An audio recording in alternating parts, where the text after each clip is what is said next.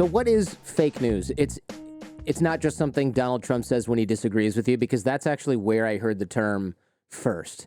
And, say what you will about Donald Trump, it was a genius sort of chess move on his part to say, hey, everything that is negative is fake news, because it kind of worked.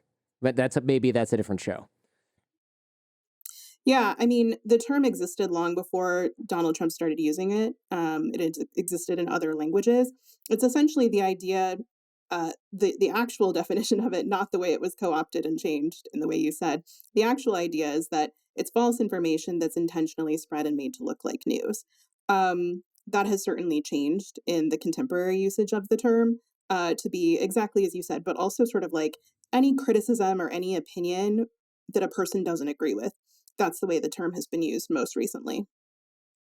So the definition of fake news, essentially, and I remember hearing about this when I learned about World War II and the Holocaust, because in German, the lying press, or the Lügenpresse, that was the Hitler thing, where it was like, hey, any media that says anything good about the people we're demonizing, or is from the people we're demonizing, or is anti-war, or says anything bad about the regime or the Third Reich, that's all fake, and it's designed to manipulate you. But everything we're saying is true, and if you argue with us, you're just on the wrong side you're just wrong. You don't have a different opinion. You're also part of this manipulative cabal, sound familiar, anyone, that is trying to control the government / the rest of the world, and is sort of has dark intent, which is ironic, of course, coming from literal Nazis.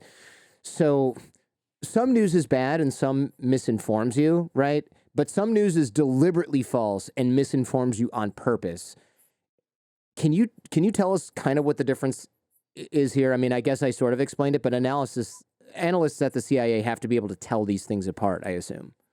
Yeah, absolutely. That's one of the main jobs of an analyst, is to comb through large amounts of information and intelligence that comes across them, whether it's classified or open source, and be able to determine what of it is true and false, and then analyze it from there. I sort of going to your point of the way that the Lugenpress was painted in Nazi Germany. There's actually a lot of parallels to what we see in other countries now, where they're targeting actual legitimate press. So this is standards-based news. So it's newspapers, it's media outlets that have things like fact checkers, that have things like editors, that have various reporting processes, ways of measuring the credibility of a source, and that sort of thing. And they attack the actual authentic, legitimate press that has those standards as a way of then sort of cutting out truth and fact and replacing it with their sort of own version. And so that's the main difference, right? So there's the standards-based news, and then there's the sort of fake news. And that could be anything from, somebody with a political agenda, hyper-partisan, sort of more opinion-based information that they claim as news, or it could be an actual government organization creating a company, a quote unquote news site or something like that, saying we're news, and actually it's being run by a government, or it might be run by one of my favorite, which is a weird thing to say, but one of my favorite groups of fake news creators, which were teenagers in Southeastern Europe just looking to make a buck from pay-per-click ads. Yeah, it's the whole. When I learned that a lot of the fake news sites that just made up ridiculous things and then ran Facebook, when I learned they were from Macedonia, I won't. I'll say I laughed a little. It wasn't really funny because of the effects on the United States, but it was just so. I've been to Macedonia, and it's not exactly like this technologically advanced superpower that's got a malicious intent. It totally made sense that it was just kids that went, how dumb people can be manipulated? Let's try this thing. Oh my God, we're printing money. And then just went from there. Yeah, so you had a government that was looking to train up and educate its younger population and create jobs locally, because in Macedonia, the average income is a couple $100 a month. So they were actually trying to increase the skills and training of their citizens. They, got these teens educated on things like website creation, SEO, things like that. And then they didn't actually have the jobs to use those skills. So a lot of them that ended up being sort of the biggest perpetrators of the fake news websites that we saw starting in 2015 and since then, they originally started making like fan websites, like muscle car websites, like cute pet websites, clickbait sites, that kind of thing.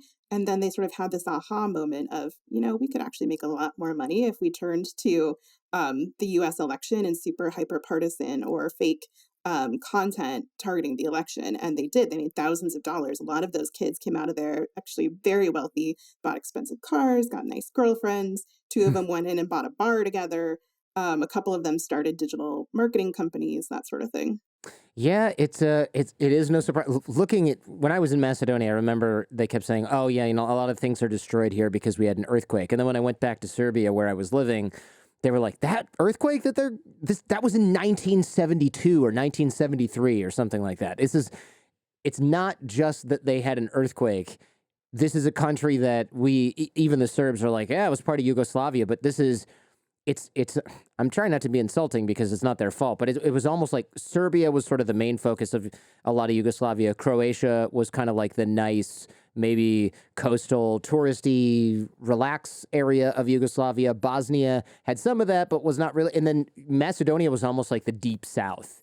And it was like last picked for infrastructure, last picked for investment in Yugoslavia, and then hit with a civil war, just like almost every other part of Yugoslavia, and then that was that. And it just didn't really climb out. It's still kind of working out. I mean, hell, they had to change their name to North Macedonia because Greece got pissed off. It's not like Greece is a major world power either. So that's just kind of, it's not a place where you go or stay to seek opportunity.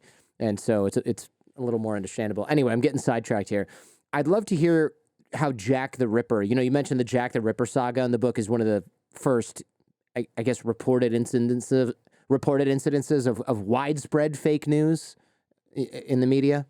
Yeah, so Jack the Ripper is the first sort of case study that I talk about in my book, and one of the reasons that I chose it and all of the case studies really was because I was trying to show how events that sort of are widely thought of, or we think we understand, or at least they're widely known, how they were actually influenced by fake news to even affect our understanding of those events today. So Jack the Ripper, this is 1888 London.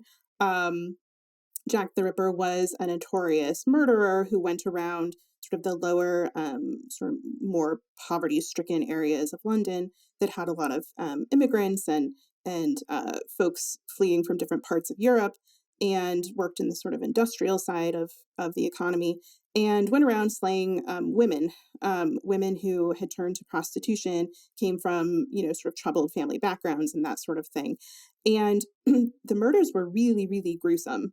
I mean, just horrible, bloody affairs. And it started this massive uproar in London, understandably, but it was incredibly affected by rumors and also fake news reporting of the events. And so, people would say, "Well, I saw, this person, this shadowy figure walking down the street." And there was so much interest in having something to cover about these stories that reporters at the time would write up those rumors and print them as if they were fact or evidence and that sort of thing. And the police at the time were just overwhelmed with reports and rumors, and fake sightings and things like that. And it really, from historical coverage of the event, it really affected their ability to actually sort through and find the actual evidence and ultimately, track down the murderer. They never did track down the murderer. It turned into what they called the Autumn of Terror. These letters started showing up in the mail, written in red ink, claiming to be from Jack the Ripper. The first one was signed Jack the Ripper. That's how he got his name. And it later came out through analysis of handwriting and stuff like that as these letters were coming in, that at least some of the letters probably were written actually by a journalist looking to Oh, make headlines. wow. The earliest known clickbait nonsense fake news, right, is a fake letter written in, or fake blood, I guess, or whatever, and sent to a newspaper, but really just written in some dude's apartment. It's so par for the course somehow. We love grisly and gruesome stories. So I mean, the true crime section of podcasting is the fastest growing by far. And it's like you can start a mediocre true crime podcast and it'll be half as big as my show in a matter of months. It's totally unfair. Makes me wish I was interested in true crime more than I am, I suppose. So you wrote that we should always think about who wrote what and why. And fake news is usually written by people who have a motivation for doing so. Okay, maybe that's a little obvious, but sometimes that motivation is just clicks, though, right? Like we talked about Macedonia, they weren't necessarily trying to sway the election. They probably didn't even care about that at all. They just thought, all right, if we get another couple articles that get as many clicks as these last few, I'm going to buy a Ferrari. That's what I was thinking about at age 20 or however old those guys were. yeah, I mean, and it's true. The reporters who first tracked these teens down were like, "Why are you doing this? Don't you care that you're, helping to destroy democracy?" And they were like, uh, "I mean, look at my lovely girlfriend. Look at my fast car." They didn't care. It wasn't their country. It didn't affect them, right? So yeah. I mean, I think a couple of reasons why I think it's important to understand sort of the source of information. Where is it coming from?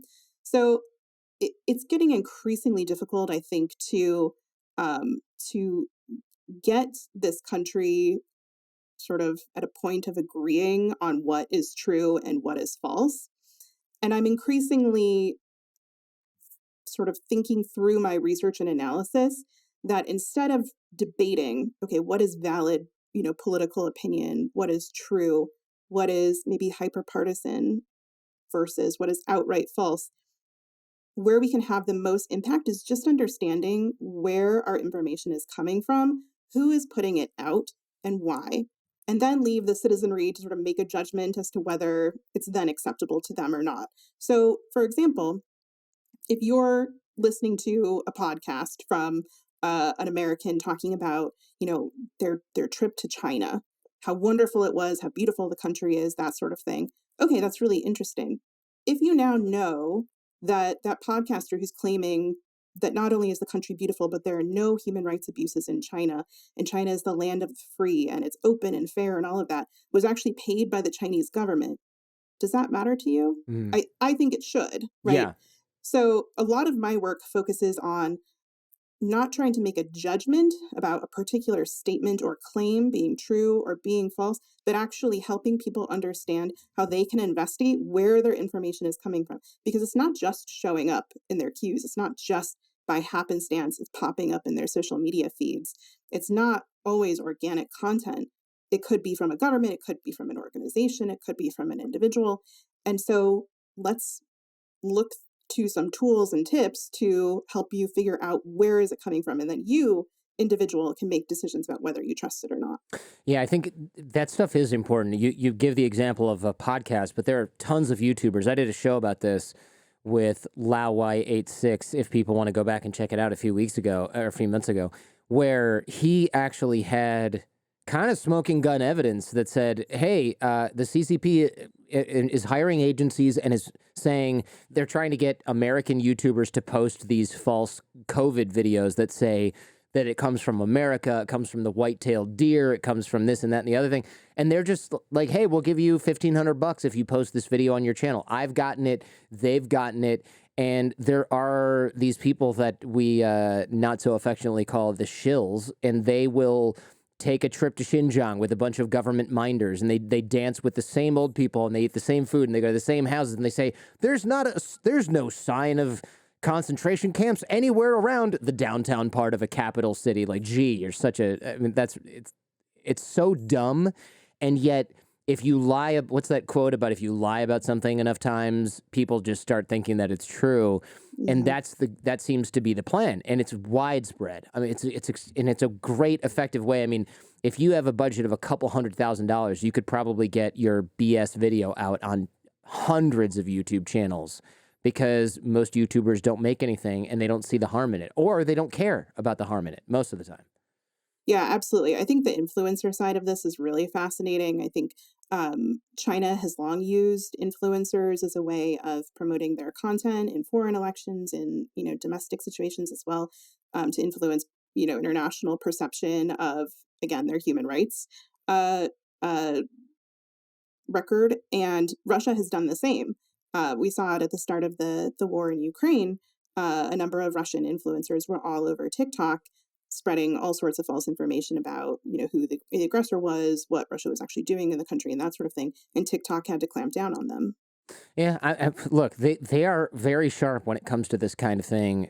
RT, this is a long time ago, and I mentioned this on the show as well. RT has tried to hire me in the past, and I was like, "How did you find me?" Oh, I'm looking at the top podcast charts, finding people who have a pre-existing audience, maybe people who aren't necessarily very pro-Russia, and we're dangling a couple $100,000 a year in front of your face to see if we can change your opinion and therefore use your megaphone to blast a bunch of crap.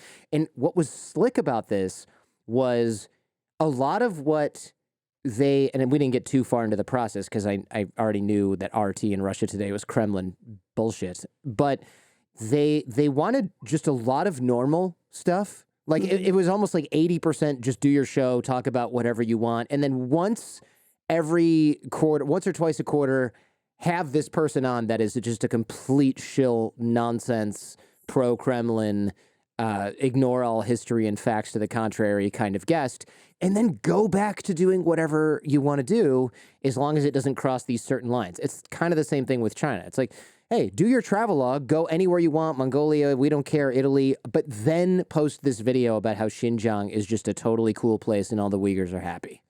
And it's smart to do that because if you turn influencers into Alex Jones, 95% of the audience just goes nope and gets out of there and just says this is a bunch of crap now. But if you sort of drip feed it, then you can start planting those seeds in.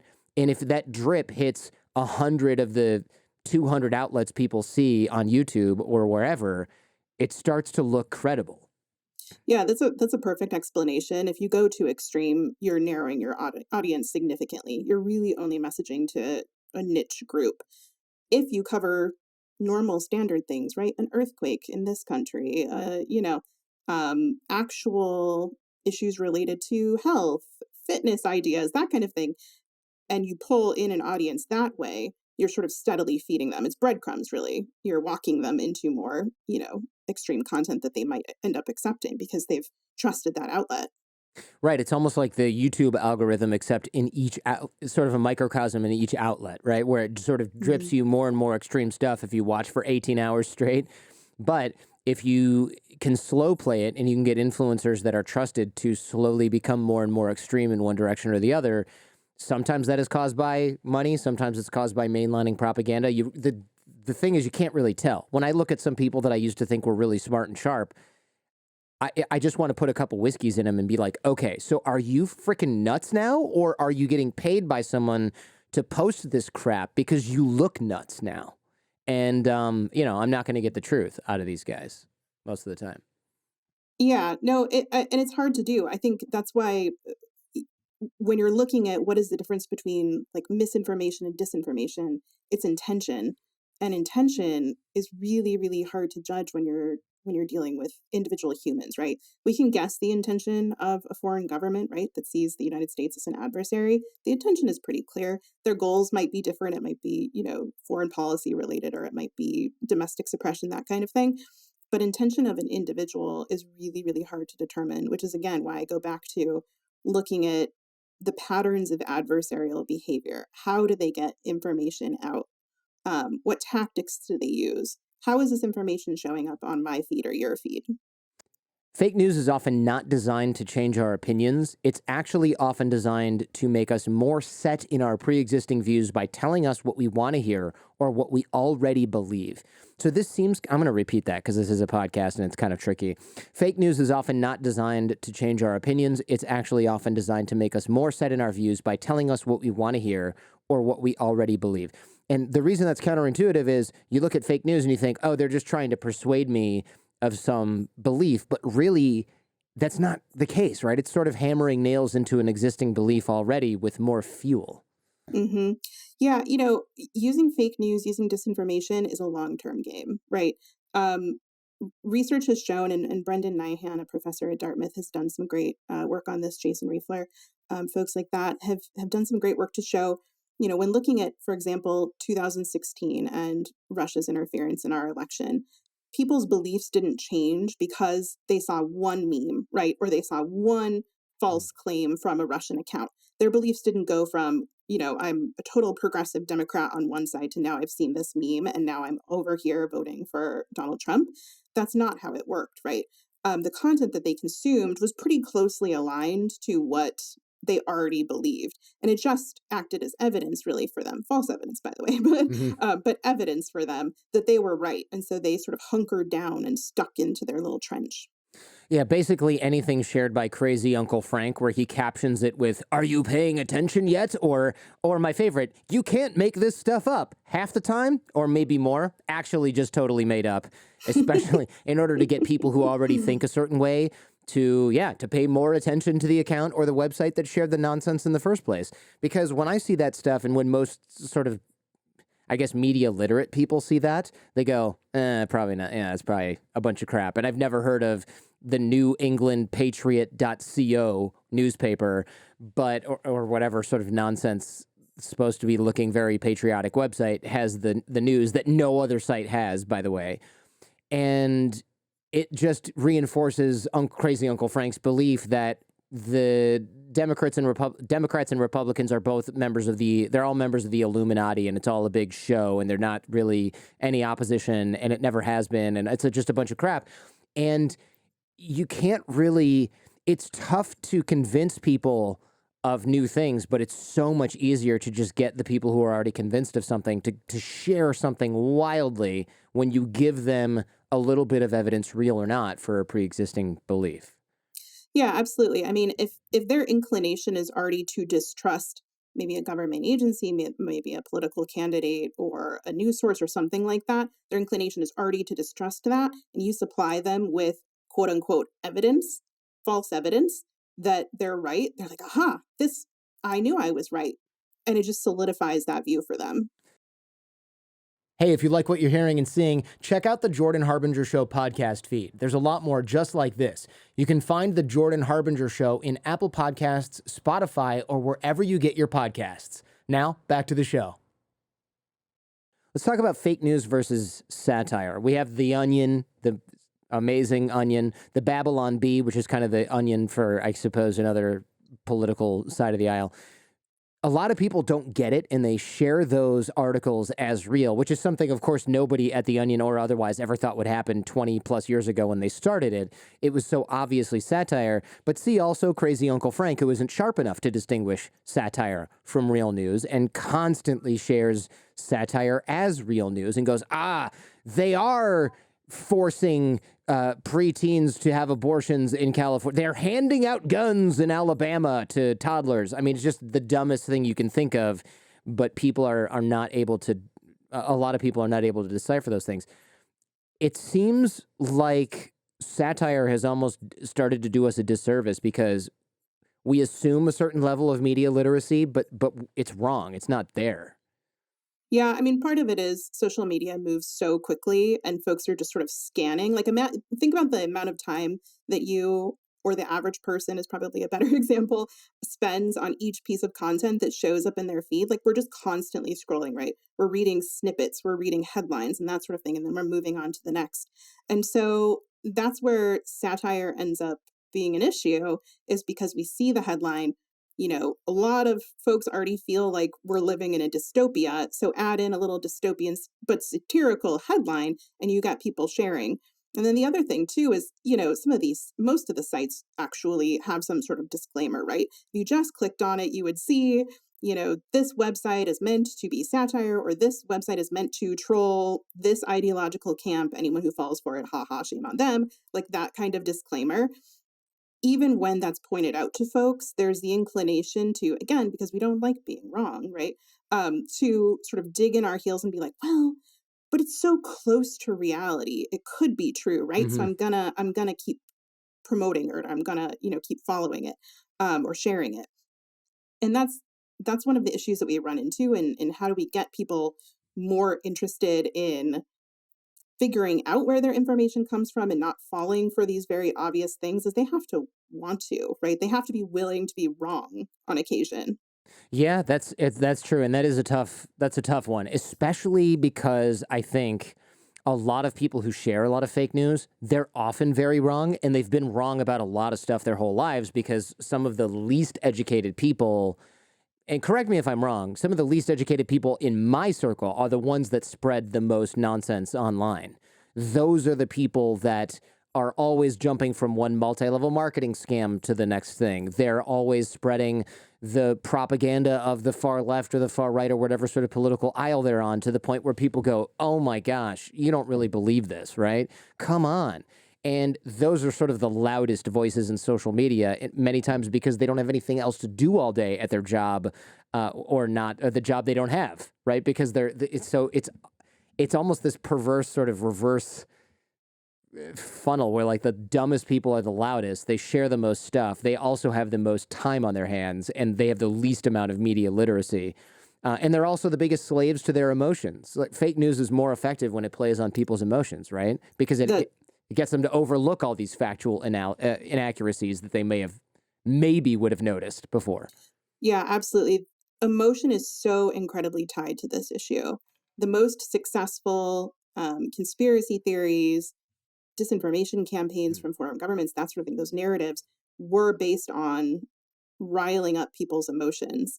When we're overpowered by things like anger or fear or sadness, depression, that sort of thing, we're not as willing to use critical literacy skills to, look at where our information is coming from. We're more likely to share. When we feel like we're in constant crisis, we're more likely to share. That's why the pandemic was such, just a swirl of disinformation and conspiracy theories, because people around the world felt like, our time could be up, our cities and towns and states are closing.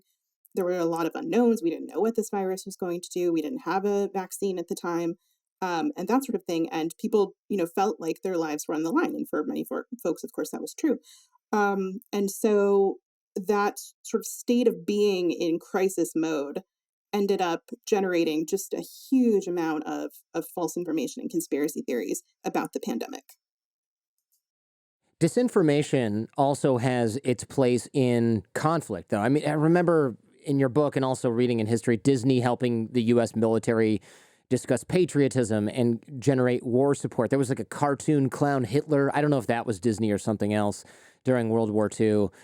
And that makes sense, but it can also blow up in our face because it creates this cycle of distrust. And the example you give in the book is Britain or the UK using fake news about German troops to scare, I think it was to scare China into entering the war. They said Germany boils the dead bodies of its troops to make soap. And then, of course, when Britain is trying to report what's happening to the Jews and the Gypsies in the Holocaust, where they were actually boiled to make soap, people were like, yeah, you're not going to get me twice. Nice try. Yeah, absolutely. Using disinformation in conflict has has been occurring since the beginning of time. The One of the oldest examples I talk about in the book actually comes from ancient Egypt during a war, and so it's been, a key campaign or a key tactic of military strategy from the beginning. But exactly as you said, the concern with all of this, and I'm sure this comes as a surprise, actually, it usually does, coming from the former CIA person, but actually using disinformation against a foreign country can have massive consequences when you're trying to get them actually believe your information instead, right? You've created an environment of mistrust among the citizenry, and so they don't feel like they can trust anything. So why would they trust you, especially if you're involved in the conflict? So it's definitely a double-edged sword. I think the biggest example we're seeing these days of how military is using disinformation is during Russia's invasion of Ukraine, which is ongoing. They for weeks peddled disinformation ahead of the campaign, saying they weren't planning on attacking, even as their military was, building up on the border. Oh, it's exercises, right? When they invaded, they pushed the idea that, oh, it's not actually invasion, it's a special operation, it's peacekeeping, right? And they've continued to sow massive threads of disinformation throughout the campaign. I know you've talked about that with other guests. But that's actually disinformation that they have been pushing, targeting Ukraine, since the fall of the Soviet Union. It's all building on each other. And that's another interesting aspect of disinformation, is how they build upon narratives, right? Again, going back to the idea of disinformation can be like breadcrumbs. You're sort of steadily moving people along a path. Yeah, especially the assertion that Ukraine is this sort of fascist Nazi government, and it's just that they've been using that for decades, I think, Mhm. actually, well, at least since the revolution. It's been sort of at a slow boil before that, but then when they got rid of the pro-Moscow, was his name Yanukovych? I always get these Mhm. guys confused. Mhm. Then they were like, oh, well, suddenly this is a Nazi fascist revolution in the country. It couldn't have anything to do with democracy or young people actually wanting a future. It has to be something fascist, which is, if you know Russian mindset at all, that's a trigger word and a half, because their main enemy was, of course, the Nazis. That's like a key part of their history, just like the United States. And so it becomes even more. It's like using Islamic terrorism, except with even more historical roots to get people to rile people up. And bad actors can take advantage of distrust in government by creating an alternative source of misinformation if your government is also constantly misinforming you. And Russians are not stupid, right? They know their government, they've been lied to for, I guess, probably like a century or so, or more, actually way more, just in the current iterations, Yeah. the last century. So as long as anybody you know in Russia has been alive, they've been lied to at an industrial scale about pretty much everything all the time. Yeah, and, for them too, one of the successes of a disinformation campaign can be, okay, maybe a person doesn't change their mind, but instead they check out. They decide not to trust anything, right? And so, I think we're seeing a little bit of that with the invasion of Ukraine. Is that they did the whole argument of, it's Nazi fascism, all that. We're trying to bring the country back, right? They also did things like, and are still doing things like peddling fake videos of what are actually actors and actresses on war movie sets, getting their costumes and makeup together and saying, look, the Ukrainian government is Staging paying Bucha, actors. right? Yeah. Yeah, And that plays to the idea that's very popular in several Western countries, including the United States, of crisis actors, paid protesters, false flag, that kind of thing. And so, and a lot of those videos went viral on places like TikTok. Well, if you come out as a disinformation researcher like I do and say, hey, this video is actually from this movie set. They were filming it, 2 years ago in Eastern Europe. It's not actually true. You're informing people, yes. There's also the risk, and why it makes sort of combating disinformation such a challenging subject. There's also the risk that by putting out that fact check or that correction, that people will be like, oh gosh, well, you just can't trust anything. I can't trust anything on social media anymore. And so I'm not going to believe any video that comes across my feed about Ukraine. But actually, Ukraine is perhaps one of the most online wars in contemporary for history. sure. Yeah. And so there is actually a lot of truth in the videos that are being shared by actual, Ukrainians on the ground, for example, are providing huge information and insight into what's actually happening in the war. But if you've gotten a population that has decided then they can't trust anything and they're going to check out, they might not believe that either. Yeah, that is part of the danger, but also of course, what you're saying is that's part of the goals of misinformation. Look, if I can convince you, that's great. But if all I do is depress you to the point where you just start rewatching Game of Thrones instead of paying attention to the news cycle at all, even better. And if I can say, same thing with politics, right? Well, the left does this and the right does that. So if you get people to go, you know what, I'm just not even going to vote. I'm just not going to vote. All of it's Yep. crap anyway, and it's all controlled by the Illuminati. And if I'm wrong about the Illuminati, then who cares? My life's not going to change. Then you only get the people who are sort of on the extreme sides voting, and you get this hollowed out center, which is exactly what extremists and people who fund and promote extremism want. I don't want centrist voting if I'm trying to frickin' stage a coup here, legally or otherwise, right? I don't want centrists anywhere near this. I don't want rational thinkers anywhere near this. I want those people playing Xbox as much as possible. I don't want them to do anything. And that's sort of one of the major reasons I do this show is I'm trying to show people that they can decipher the information. It's not necessarily that hard. Have an open mind, but not so open that your brain falls out. And don't check out, because the people who, I mean, not to be too Captain America about it, but the free America needs you right now more than ever before, because otherwise the only people voting is crazy Uncle Frank at Thanksgiving, and then the kooky people who think North Korea is actually a great place and we should become more like them. Those kooks on Reddit. We don't want those people already have too much of a voice, in my opinion. Um, we want to counteract them, and we want to make sure that they are not using our megaphone or getting us to check out. It's just it gets a little depressing. And I understand that, but the solution is not to just block all of it out and say, screw it, we can't do anything about it. Well, we're similarly motivated. Yeah. We're aligned on our goals and priorities for sure. I mean, I think this is why when I talk about, okay, how do we, because this is the number one question I get whenever I do like classroom presentations and things like that is, well, how do we fix this, right? And to me, one, the checking out piece is not a solution. The solution also isn't sort of finger pointing to one particular community or area and saying, well, this is just a social media platform issue, or this is just a government regulation issue. I wish it was so simple. I wish that we could actually identify, like, if we do this one thing, we'll fix it, right? But that's not actually realistic. It's a multifaceted, sort of long-term game of bringing in regulation on things like data privacy, for example, having a more informed population on government education, how do elections actually work, making sure that our population actually understands, like, this is the pathway your like absentee ballot takes, right? When you fill it out and you submit it, this is how we count votes, because otherwise you have, in the Taiwan national election in 2019, you had conspiracies about disappearing ink, that people were filling out these ballots with disappearing ink. They stuffed it in the machine, and the machine automatically, reacted with the ink in such a way that the ink disappeared, and the ballot was invalidated. Does that sound familiar? Sharpie Gate, right?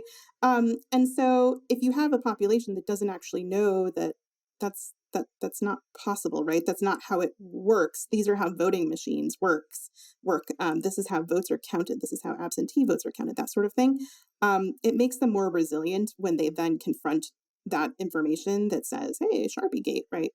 But that is a long term. We need to invest in things like, you know, education, public education, community education, on election practices. We need to increase education on digital media literacy skills, so you're not just sharing every meme that comes across your feed, and then pursue all the other things too, right? Government regulation, working with tech platforms, that sort of thing. What do you think about you sort of touched on this before. What do you think about the CIA being purveyors of fake news, especially in other countries? This is the part where I turn the tables in a controversial and semi-shocking way by putting the guest on the back foot, and then my YouTube team makes a video with the caption, "Confronting a CIA agent on fake news," and then the commenters get all angry because it's not much of a confrontation. But I am curious what you think about this, because, of course, one of the main critiques of this episode is going to be, well, she works for the CIA. Could you have picked a less credible expert, or maybe the most credible expert, because she's doing it right now, talking about Russia, and it's all fake, and it's all just designed to get you to believe a certain thing. You rube, Jordan. Trust me, I get that. I get that too. I actually do address that in the book. I state up front, like, hey, we have this history of doing it ourselves at the agency. So I'm not trying to pull any punches. I'm not trying to ignore, the history of the agency itself. I think, again, people are always surprised when I'm the one sort of on a panel or doing a presentation where I'm the one who's pushing things like transparency, government transparency about its actions, transparency of social media platforms about things like removing content or blocking accounts, transparency about where your information is coming from. And that's because I'm a firm believer in that, in the idea that actually putting out false information does more harm on a society than good. Um, if you're using disinformation as a foreign policy strategy and tactic, you run enormous harm and it backfiring. And we saw that with the CIA throughout history in its interference in places like Iran. All very like well-known public scholarly articles have been written about, its involvement in places like Iran and Central America and things like that. And it was incredibly damaging to the CIA's reputation, to public trust in government and that sort of thing, to foreign trust in our policies and priorities abroad. And that is something that I think the United States government is going to have to deal with, frankly, for the rest of the country's existence, is the damage that was wrought by spreading falsehoods in foreign countries. I think, in places like where we're dealing with Russian disinformation targeting Ukraine, is in a position where they don't actually have to spread any falsehoods, right? The bravery of their soldiers, the damage that the Russians are doing, all of that is actually incredibly true. A government like that benefits in no way from spreading false information. Yeah, so much. To your point, so much fake news has been posted by fake bot accounts on social media, or disinformation farms, both at home and abroad, over the past even half decade. That trust in media has been very eroded. I mean, one of the most common, most brain dead, but most common insults somebody will throw at me if when I argue something about Ukraine or the Russian war, they'll say, "Ah, this guy gets his news from CNN," and it's like, well, actually, not really. It's clear that you get your news from RT, and it's not even actual news. And I'd like to think that I'm talking to experts and reading books, and that's a little bit of a better source of information, of course. But the thing is, the media has done a lot to erode trust in itself as well. You see outlets reporting nonsense constantly. I don't even just mean inconsequential BS. I mean clickbait headlines so that the paper doesn't go underwater and shows up more on Facebook. You also see left-leaning newspapers never reporting anything about the southern border, for example, and right-wing rags reporting made-up or dramatized stolen election nonsense as well.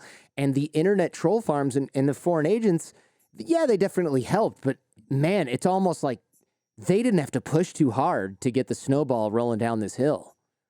Yeah, it's definitely an issue that we confront on disinformation. I think, when it became public that Russia interfered in our election, it created this whole new line of journalism about disinformation.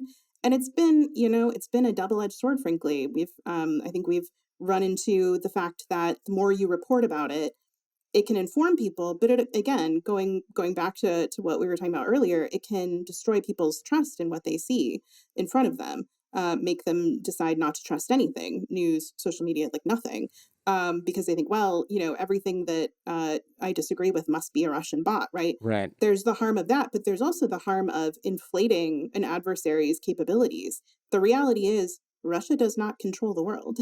They do not control every social media platform. They're not the puppeteer sort of lifting the puppet strings around the world. Not every account that is mean to you or says something that disagrees with your opinion is a Russian bot. And by saying it's a Russian bot or it's the Russian government, you're actually giving them much more credit than they deserve, and I think doing some damage. So I think there is something to the idea that the extensive coverage by media outlets of every single Instagram account that was Russian or suspected Russian, or every single account um, pushing something conspiratorial that turned out to be Kremlin linked, or maybe Kremlin linked because they once retweeted an RT article. I think that's been quite damaging, and is pretty unhelpful. Yeah, we're in the so-called post-truth era, and this makes me so sad, right? It's one of the reasons I do the show, because this whole post-truth idea is just cancer in our country and on the whole world, frankly. And the antidote is this educated populace that knows how to think, the mythical educated populace that knows how to think. That I'd like to think we're building brick by brick, but it's kind of like building a skyscraper with your bare hands. Let's talk about this for a second, because it seems like you can't put this toothpaste back in the tube as much as I'm trying right now, right? As much as we're trying right now. My view on that changes sort of day to day. Yeah, yeah, I know, me too. I uh, know. I to hear be you. honest, and my level of optimism. Right. I think the reality is, technology has created a lot of difficulties in addressing this issue that we frankly didn't have a couple decades ago, and it's not going away. In fact, we're getting more platforms. We're getting sort of increased technology abilities to deploy content and that kind of thing. We're consuming content differently. Our brains are, actually being rewired to a degree in how we look at content, the kinds of content we consume, what we end up trusting and synthesizing. And so we need adaptable strategies to getting messages out on things like digital media literacy. The issue is, when you're talking to somebody, and I'm sure you've had conversations like this, where, they say something that's incredibly false, right? And you show them a list of credible sources, things that have been vetted, scholarly articles, maybe, and that sort of thing. And then they actually come out with their sort of one journal article or their couple of websites or whatever, and they're low credibility, right? But they look like legitimate sources to that person. So you've got a situation where you're having an argument mustering your sources and information, and they're mustering their sources of information, and the two can't meet. Yeah. It is disappointing, and again, it comes down to media literacy. I'll be saying something to somebody online or otherwise, and they'll say, "Well, I know this is true because I have people on the ground in Ukraine," and I'll say, "Oh, really? Where do they live?" And then they live in Donbass, and they're Russians, and I'm like, "Okay, do you think maybe they have a slightly different opinion than somebody who's Ukrainian and lives in the west of the country, and that their opinion is not a fact, and they just don't understand this?" And you mentioned this Pew survey that shows the majority of Americans cannot discern facts from opinions, which is just horrifying any way you slice it. Can you discuss this a little bit, especially the difference? Because this is incredibly disappointing and damning. Yeah. So essentially, and there have been multiple studies and surveys that have come out since this particular one that I mentioned in the book. But essentially, it shows that when confronted with a factual statement and an opinion based statement, the majority of Americans think that the statement that they agree with, which is actually an opinion, is the correct one because they agree with it, right? They can't tell the difference between a statement of something like, the minimum wage was this in this particular year versus an opinion statement of if the minimum wage was higher, it would lead to economic prosperity. They couldn't sort of tell the difference between statements like that. It's a real issue. So I think about the 1950s when the companies that made up big tobacco got together in the wake of some pretty damning reports and studies that had come out saying, in fact, that smoking can lead to cancer. And more reports were sort of coming out by the day, and they were very panicked about what this was going to do to their bottom line. They ended up coming together and deciding that they were going to hire this PR firm and created an organization called the Tobacco Industry Research Committee. Sounded incredibly, authentic, legit, Sure. made up of scientists and doctors and things like that. And those individuals were paid to essentially put out research showing that no, tobacco doesn't cause cancer, it's fine. And what do you know? The people who really enjoyed smoking uh, believed them. They sided with them, right? It wasn't well known at the time that the committee was funded by Big Tobacco that came out later, and they were appropriately sued for Yeah. misrepresenting the information. But but if people had actually confronted in their real lives like cancer diagnosis or a family or friend or loved one being diagnosed with lung cancer because of tobacco, they actually were confronted with the actual fact and the reality in their own lives. And that's where it sort of being able to just discern between fact and opinion can be really tricky for folks because unless people experience something in their individual lives or can sort of see it with their with their eyes or touch it with their hands, they're more inclined to go with the opinion. Yeah, that this phenomenon is very interesting. People are more likely to label something as a fact if they agree with it, an opinion if they do not. And that is just so dangerous. I really can't overstate it. Again, people are more likely to label something as a fact if they agree with it and an opinion if they don't. What does that mean for news and media consumption? I know that's a big question, but it, I mean, this just like what's I hate to say this, but it's almost like, what's the point if people are just going to go, well, I don't like that, so that's up for debate, and this I do like, so that's true. It's like, what the hell are we even doing? Yeah, I'm gonna need a drink after this conversation, I know. Jordan. Yeah, me too. No, I think, it's really, really incumbent on news organizations to be really clear, on their pieces, on their websites about what articles are actual reporting and what are opinion and, editorials, and have it clearly marked. Like, if it were up to me, every, opinion page would have, like, a giant red banner. Right. And I think I've been disappointed a number of times when news outlets that are otherwise quite trustworthy, for the most part, put out a piece, an article that actually sounds quite a lot like reporting, but they label it as opinion, and you don't quite know how to judge. Um, there's something to be said for, well thought out analysis. I occasionally write the editorial here and there based off of years of, work and analysis and that sort of thing. But it's important to understand that it comes from an analysis of sources and experiences versus it is an event that I have reported on, right, as a journalist. So I think it's just I can't overstate the importance of news outlets being very, very clear about what is fact and opinion. And then I also think, the credibility of experts is really important as well. You have cable news sites that bring on political commentators who maybe have one area of expertise, but they're commenting on the entire world.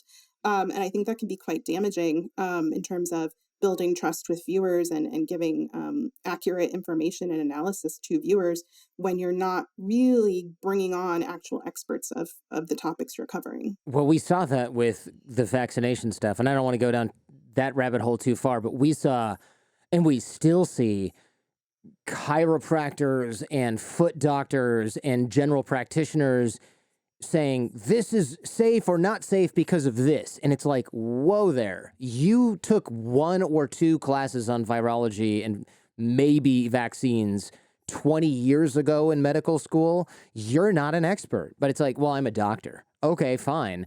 I'm a lawyer. You should not have me, as a former finance lawyer, defend you in your murder trial. But I could probably convince people to hire me to do that because, well, I'm a lawyer. And, I've been a lawyer for a long time. And look at me, I got a podcast and everything. I must know what I'm doing.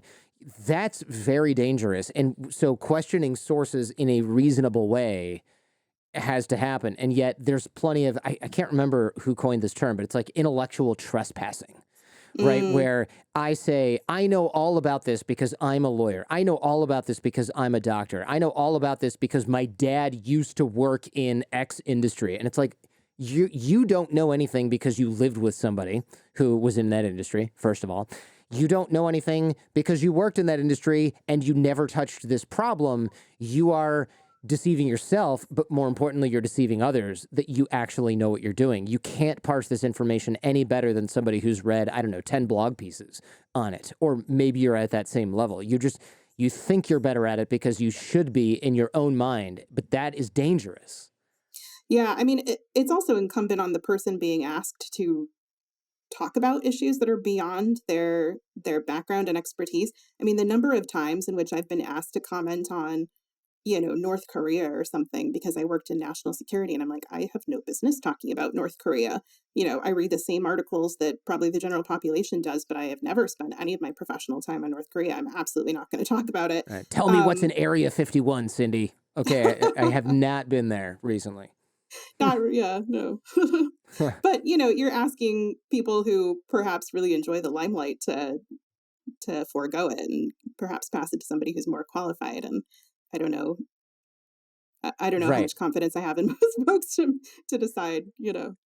I am with you. I mean, when we look at some of these people who say, I'm not doing this for money, I'm doing this to alert the population, sometimes when we dig a few layers, we see that they are indeed making quite a bit of money speaking on a subject because they're the contrarian that has letters after their name that's willing to say something, or they just have a narcissistic personality and they love the fact that hundreds of doctors are signing a letter that says they're full of crap and that media outlets are banning them, but they're the darling of all of these sort of weird intellectual dark web wannabe podcasts, and that they're getting a ton of follows on Twitter from kooks all over the world. I mean, they live for this stuff.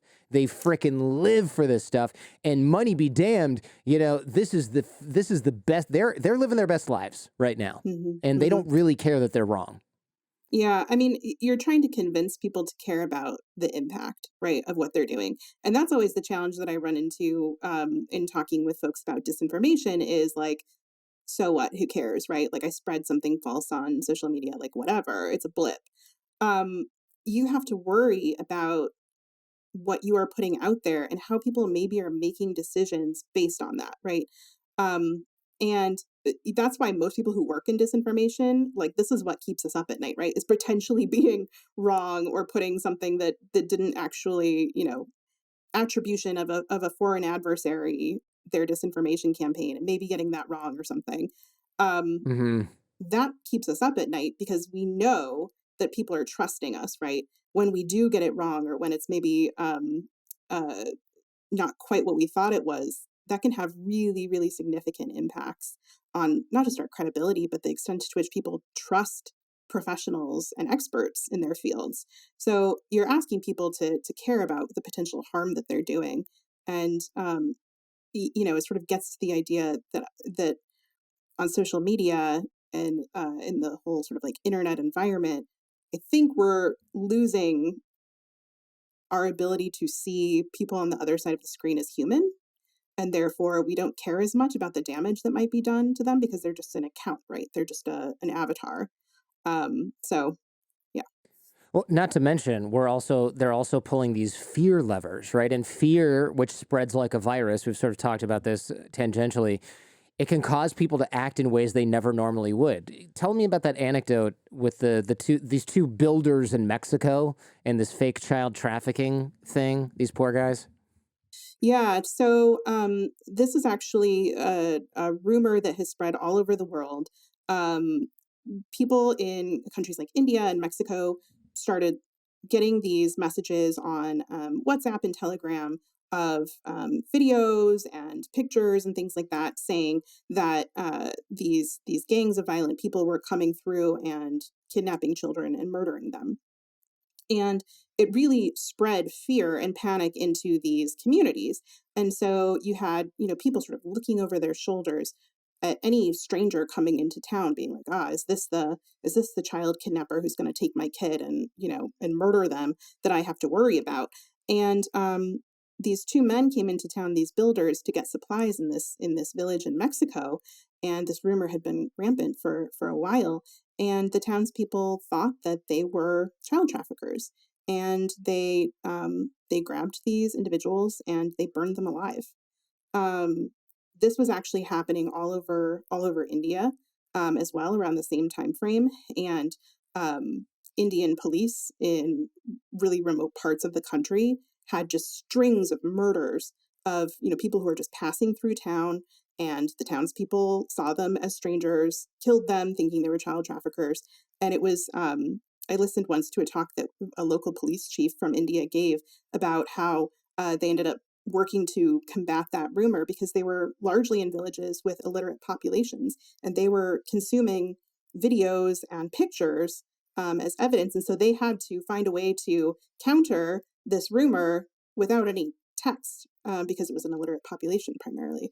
So, but they had, something like 40 to 50 murders in the string of like, or in the course of a month, because people believed these rumors. So that fear and panic, um, you can't underestimate the extent to which disinformation that threads in fear and panic can cause people to take action. And look, we saw it in Buffalo as well at the shooting. The man who killed all of those people in the Buffalo grocery store, he had spent most of the pandemic consuming white supremacist conspiracy theories that promoted fear uh, of people from marginalized communities, and it led him to kill people as a result. To me, this is a classic example of just how people will think, "Ah, these dumb people couldn't even read. Of course, they're going to believe this." And yet, we see people taking shocking. We see our own family members getting radicalized by disinformation, and it's like we don't even know these people anymore, and it's really hard to bridge that gap and that divide because we see what they post online, we see how they talk, and sometimes they take action, and it's like I can't even talk to my cousin anymore because he lives in a different reality entirely. Where maybe they're not scared of something that's more immediate, like child kidnapping and killers. They're more afraid of this president is going to do this, or this government is going to do that, or these people who are coming into our country are here for XYZ reason, and they cannot be convinced otherwise. Let's talk about cognitive dissonance. Why is it that logic and evidence just completely fail to persuade us a lot of the time? Well, it goes back to, just not liking being wrong.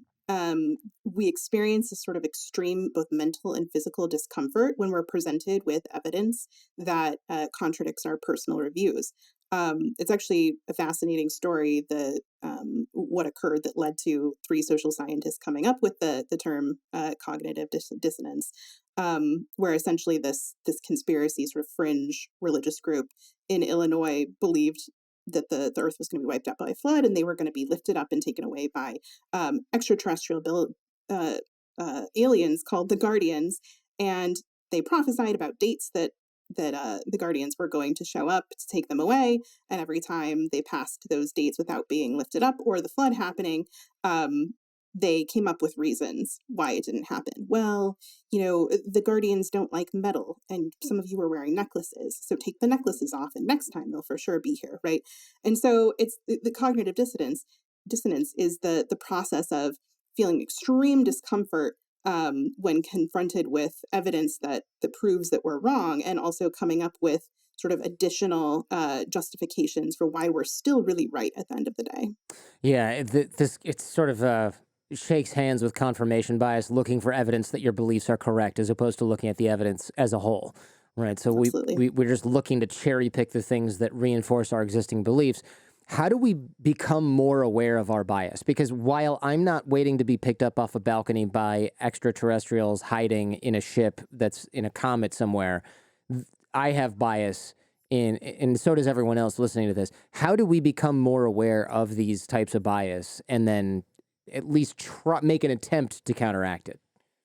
I think, of all the digital media literacy tips that I talk about pretty regularly, this is actually the hardest one. Most of them are pretty easy. You can check the source, you can check the date of something, that kind of thing. Um, Confronting our own personal biases, I think, is actually really hard because it puts us in an uncomfortable position of having to have some authentic and maybe some hard conversations internally about ourselves. Um, I recommend always sort of coming up with a list of things that make up your background, things that make up you, right?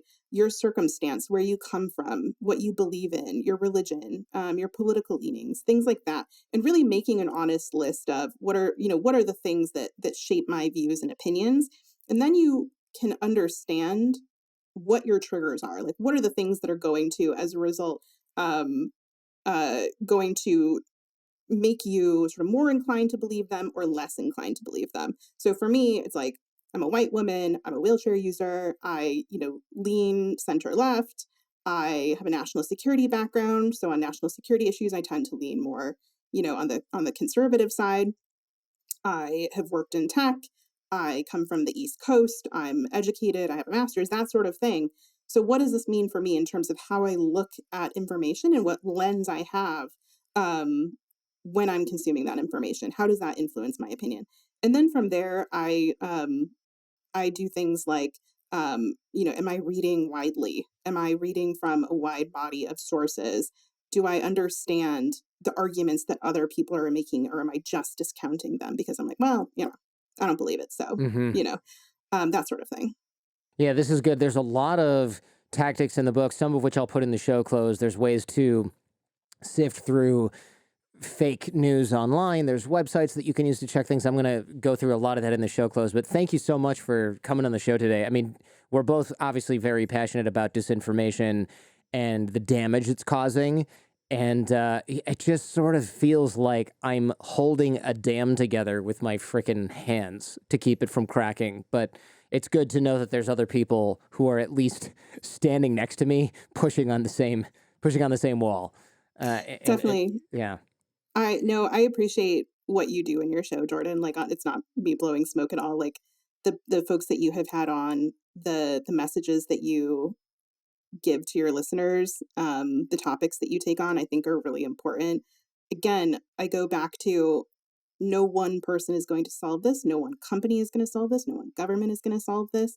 It really is going to take a whole of society effort. And that's a struggle when you can't get people to align on basic things like fact. Yeah. Yeah, that shared reality issue Mhm. is probably a topic for a whole nother show. But thank you so much Yeah. for coming on. Really appreciate your time and your expertise. Thanks, Jordan, for having me. Thanks for checking out this entire episode of The Jordan Harbinger Show. If you're interested in exploring this topic further, check out the Jordan Harbinger Show podcast feed. There, we dive even deeper on this and many other topics. In the audio podcast, I also close open loops, cover things discussed off camera, off air, and give some parting lessons from our guest. You can find The Jordan Harbinger Show in Apple Podcasts, Spotify, any podcast app, or at jordanharbinger.com. And also, if you found this episode useful, please share it with those you care about. Last but not least, like, comment, and subscribe.